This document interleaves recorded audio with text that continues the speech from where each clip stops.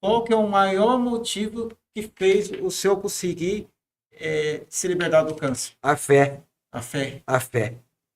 Me despertou uma fé, me despertou uma fé que eu não tinha, sabe?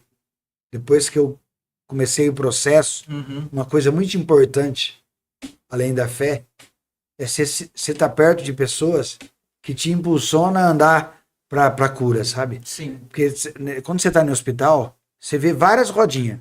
Rodinha de quem fica falando só de fulano que morreu, de outro que morreu, e rodinha de pessoas que falam assim, ó, eu me superei de um câncer, fulano superou de um câncer.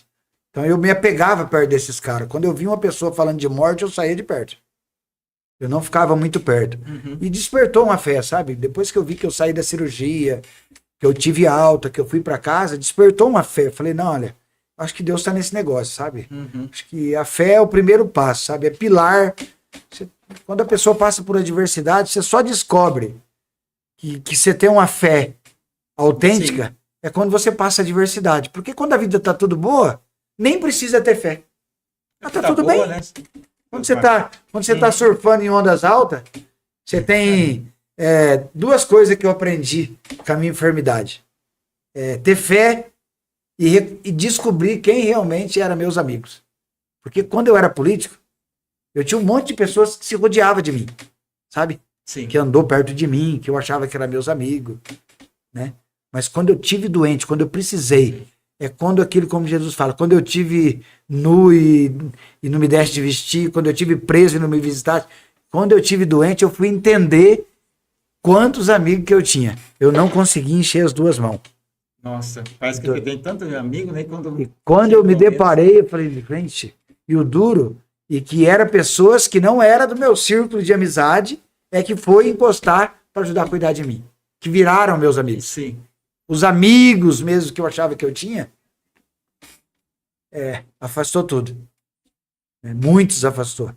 Né? Então, tipo assim, duas coisas que eu descobri, né, com a minha enfermidade. Descobri a autenticidade da minha fé e eu descobri realmente os amigos verdadeiros que Deus colocou na minha vida. Eu tenho alguns amigos, não enche as duas mãos, sim, mas são verdadeiros, sabe? Quando eu volto lá para Centenário, eu visito, eu vou na casa deles. Eu acabei de receber uma notícia que faleceu um parente do meu sobrinho lá, e eles eram um dos grupos de amigos meus, sim, né? Sim. Então eu tô saindo mais cedo para ir lá, mas a fé, você não desperta a fé sem desafio. Todas as vezes que você passa por um desafio, você consegue despertar a tua fé. Isso é uma das coisas que eu aprendi bastante. Eu achava que eu nem tinha fé. Sim. Mas depois que eu passei esse processo, que eu passei pelo processo de tratamento, né? Porque o hospital de câncer, ele assusta a gente, né? Você vê cada situações ali, cara. Gente faltando um pedaço, gente faltando parte do corpo, porque você vê cada situação ali que triste. É triste.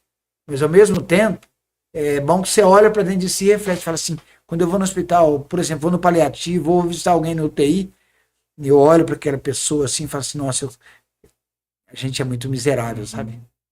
A gente não vale nada. Sabe? Não vale nada. Nada, nada, nada. A gente é muito insignificante. Tem pessoas que se acham tanto, né? Que ele acha que ele é tão... Mas a gente não é nada. Não é nada. É um sopro. A vida é realmente um sopro. Vendo a história sua, faz a gente refletir, né? Louvar a Deus quando tá tudo bem, né? É uma beleza, né? Você louva ali tudo. Agora, quando você tem uma enfermidade, uma dificuldade na vida, você tá ali firme, né? Louvar tem que ter uma fé tremenda, né? E a coisa mais difícil, Ivanei, você ficar em silêncio e não murmurar quando você está passando por uma adversidade. Sim. Cara, você tem que contar até 3 todo dia. Dá aquela vontade de se murmurar. E se você pegar, biblicamente falando, eu não estou falando em igreja, estou falando da Bíblia. Todas as pessoas que tiveram um desafio e murmuraram, biblicamente falando, nenhum venceu. Sim. Todos caíram. Todos. E unânime. Todos caíram. Né? Murmuradores é uma das coisas que atrapalha o projeto de Deus na nossa vida e atrapalha nós como cristão, independente de religião, é a tal da murmuração. Essa leva a pessoa para o buraco. Quando você vê pessoas murmurando perto de você, sai de perto. Sai de perto. Essas pessoas, elas têm imã que impulsiona você para andar para trás. Eu, quando eu vejo nego murmurando, eu saio de fininha, porque realmente são pessoas que não têm crédito com Deus, sabe? De verdade. Sim.